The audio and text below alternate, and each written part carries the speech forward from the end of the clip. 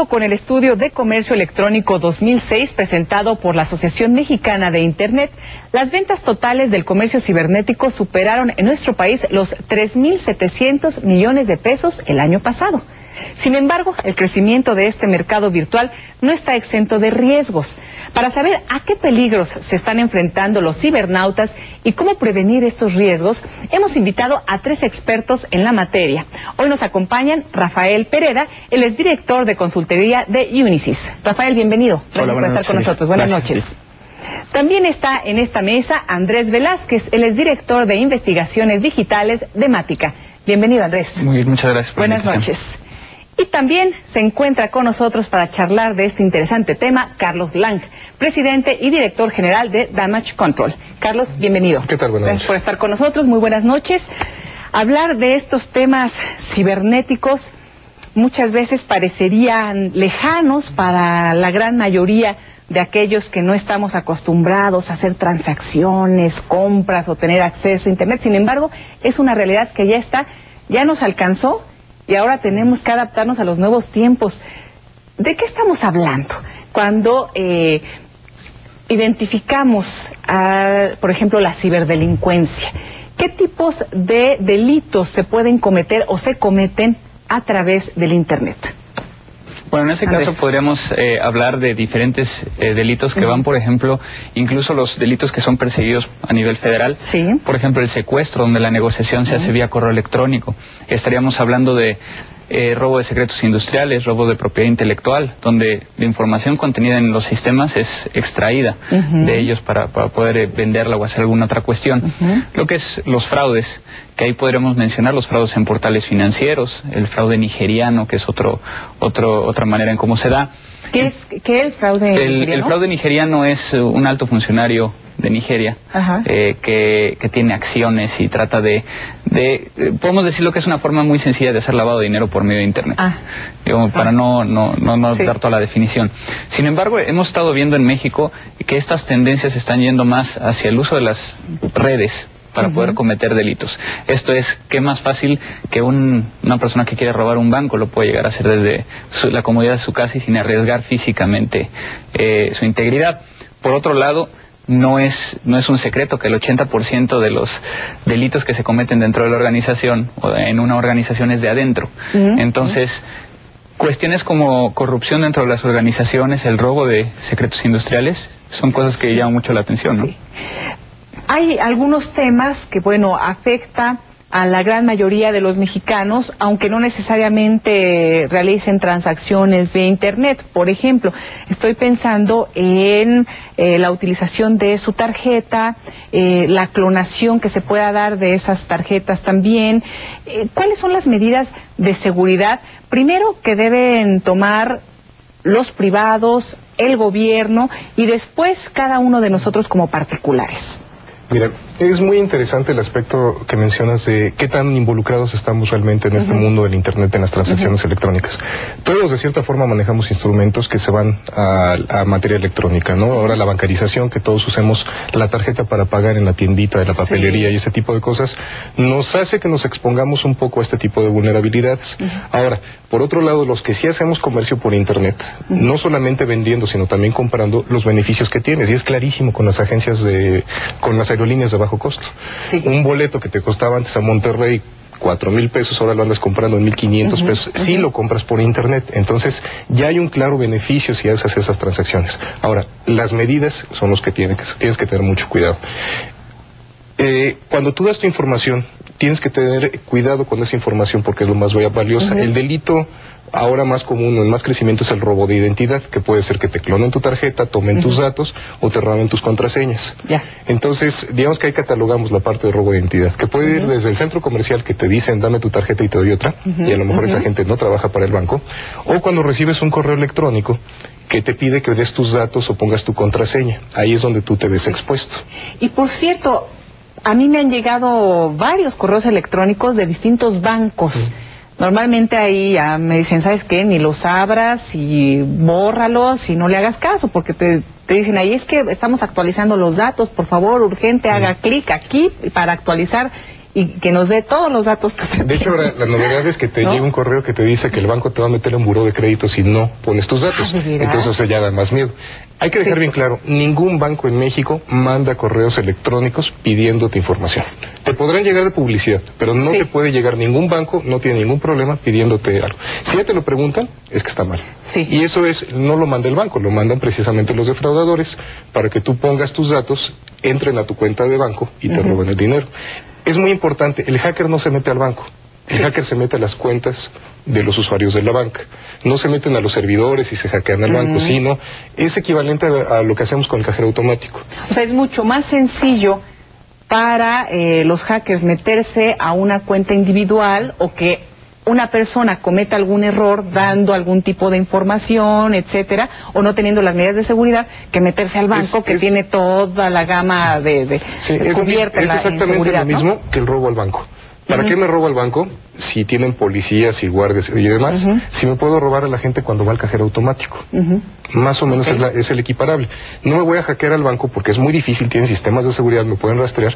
Mejor me voy con el usuario de la banca que desconoce y que es mucho más sencillo atacarlo. Y aquí mi nivel de riesgo es muy bajo y mi efectividad es muy alta. Y bueno, cada vez se incrementa de manera exponencial las transacciones que realizamos a nivel internacional y en particular los mexicanos para hacer transferencias electrónicas, para hacer pagos. Es decir, esto también se va volviendo parte de nuestra cultura, el ingresar por lo menos a la página de internet de nuestro banco, por ejemplo. Pero ¿qué tan seguro es realizar compra de distintos productos de empresas que desconoces y que están en internet, ¿no? Por ejemplo, que quieres comprarle flores a la novia y hay una florería en donde puedes hacerlo vía internet.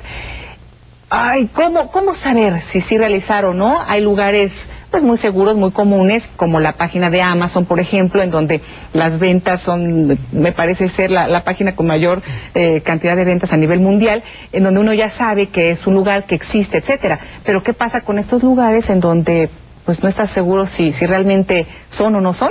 Yo creo ahí, Elisa, hay dos temas importantes.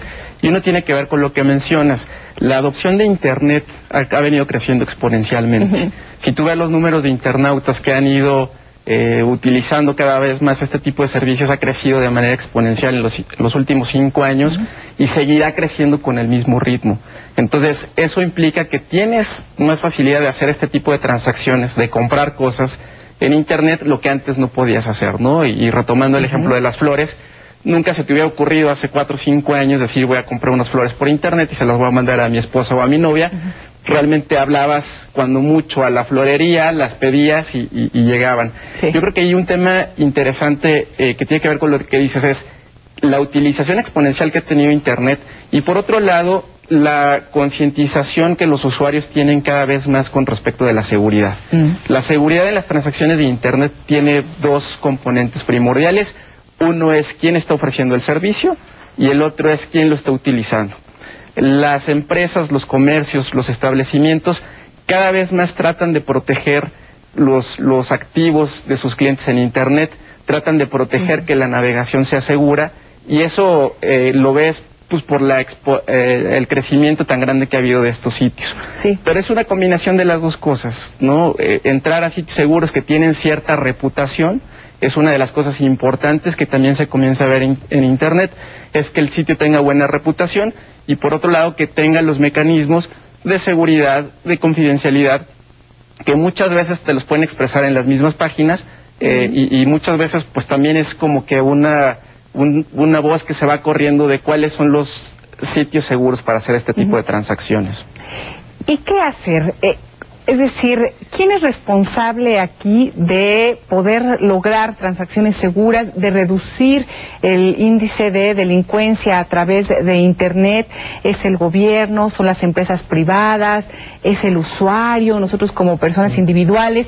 Y además también cómo ir identificando todas estas prácticas que no únicamente suceden a nivel nacional, sino que rompe las barreras también de nuestro país y son redes internacionales. Sé que existen también ya organismos internacionales que están luchando contra la ciberdelincuencia, que están tomando medidas de seguridad, países signatarios, por ejemplo, en Europa, con el Tratado de Estrasburgo, etcétera. Pero nosotros en lo particular, pues, ¿qué podríamos hacer y qué puede hacer también el gobierno? ¿Existe ya la identificación de este tipo de delitos a nivel federal o nada más a nivel local? ¿Qué castigos tiene un ciberdelincuente? ¿Se le puede localizar o no se le puede localizar? ¿Qué niveles de impunidad existen? ¿Qué hacer? Bueno, en ese caso podríamos mencionar que sí se está haciendo un seguimiento a los delitos informáticos. Existen unidades especializadas, por ejemplo, en la Procuraduría General de la República, en la Agencia Federal de Investigaciones. A nivel estatal hay algunos estados que ya cuentan con especialistas en esta materia que se conoce como el cómputo forense, que es la investigación de este tipo de delitos.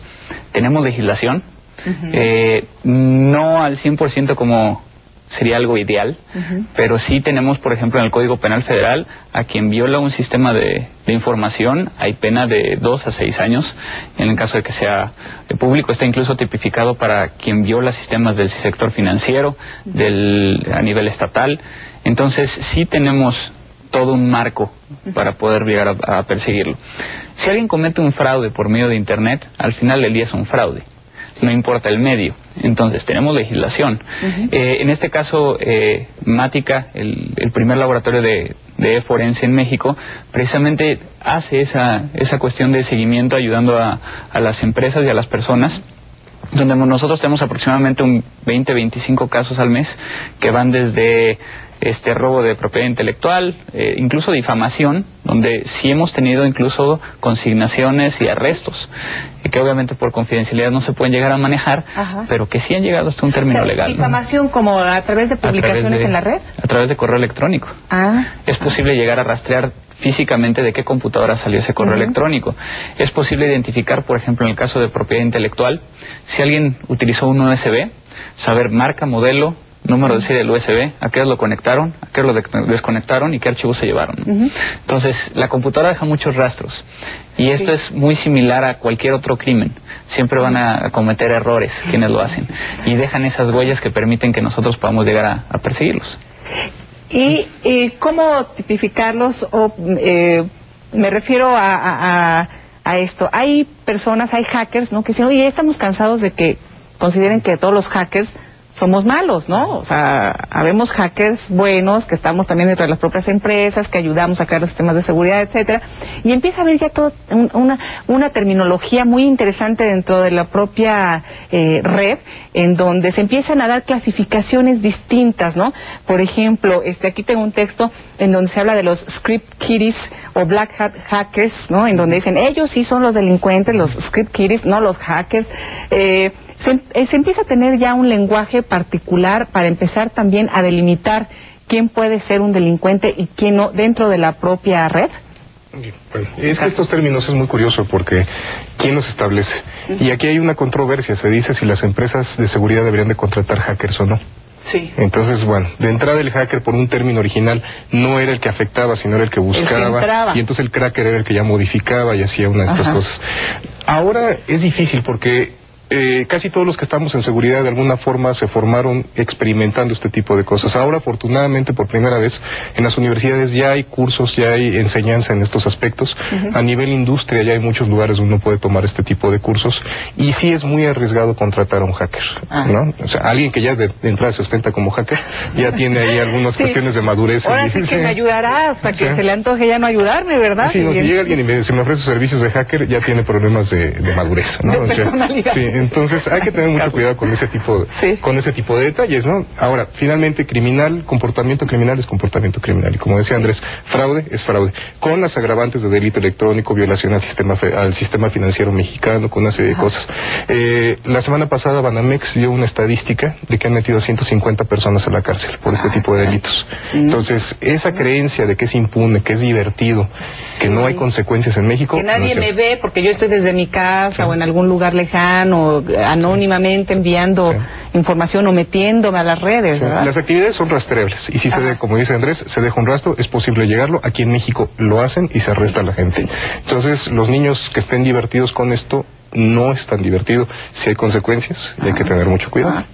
Qué bueno que lo mencionas, porque también pueden ser los propios jóvenes o niños que no tienen conciencia inclusive de este tipo de delitos los que están entrando, y pues ahí más bien un aviso también a los padres, ¿no? Porque los menores de edad están utilizando ya la red ahora sí que a muy temprana edad y están entrando, ¿qué será? A los... Yo creo que desde los 8 o 9 años, ¿verdad? Y depende de las culturas, Elisa. Sí.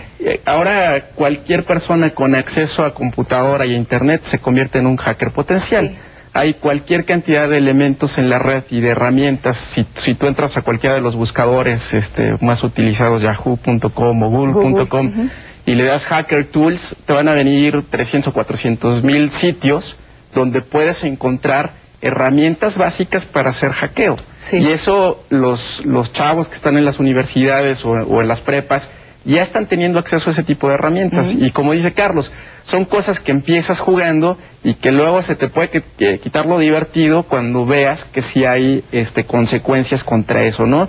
Yo creo que una de las cosas que está sucediendo también a nivel regulación es que hace rato comentabas que están haciendo, ¿de quién es parte esto? ¿Es del gobierno, es de los privados, es de las personas? Yo creo que hay esfuerzos de cada una de las partes para poder hacer la navegación más segura. Y cuando hablamos de seguridad, lo estamos enfocando mucho ahorita al tema de transacciones financieras, de comercio electrónico, pero hay una gama de situaciones alrededor de Internet donde si los que tenemos hijos pequeños que están ya pudiendo tener acceso a Internet, bueno, claro, saber la pornografía infantil, a qué están expuestos, ¿no? Que también es uno de los temas. Exacto. Que se ha hablado mucho, como ciberdelincuencia, ¿no? Estos nuevos grupos neonazi, por ejemplo, que Europa está muy atento a la comunicación que tengan vía Internet y demás, ¿verdad? Entonces, te cambia el paradigma de cómo venías haciendo las cosas, ¿no? Antes nuestros papás se preocupaban de que no fuéramos a la plaza solos o que llegaras, ¿no? Ahora tú como papá te quedas preocupado que tus hijos están en la casa y no sabes qué están accesando, ¿no? Entonces, yo creo que es una cuestión que empieza por tu casa, yo te diría, que sigue con tu trabajo y sigue con la legislación, como comentan aquí Andrés y Carlos, pero yo veo que cada vez más los gobiernos están preocupando por este tipo de cosas, ¿no? La Comisión Nacional Bancaria y de Valores, la Secretaría de Hacienda, se comienzan a hacer iniciativas para tener una navegación segura, para evitar fraudes, para evitar robo de identidades, que te permitan, pues, por lo menos sentirte, yo te diría, razonablemente seguro cuando estás atrás de una computadora. Y que son cosas que hace 5 años no las veíamos, ¿no? Claro, porque si no al rato todos vamos a acabar guardando el dinero abajo del colchón, o nos va a empezar a dar terror utilizar tarjeta. Es decir, las medidas de seguridad se están tomando por parte de las empresas, por parte del gobierno, y es cuestión también de que nosotros empecemos a involucrarnos en esta cultura de la navegación, de la red, de todas las implicaciones, para empezar a tomar también las medidas de seguridad necesarias. Muchísimas gracias por estar con nosotros esta noche y seguiremos hablando de este tema, ya también de casos concretos, puntuales, porque sin duda la realidad virtual nos ha alcanzado. Sí, muchísimas gracias. Muchas gracias. Y enseguida conoceremos mejor a Carlos Pascual y su enorme capacidad de criticar a los políticos mexicanos con una mezcla de humor y canto. Volvemos.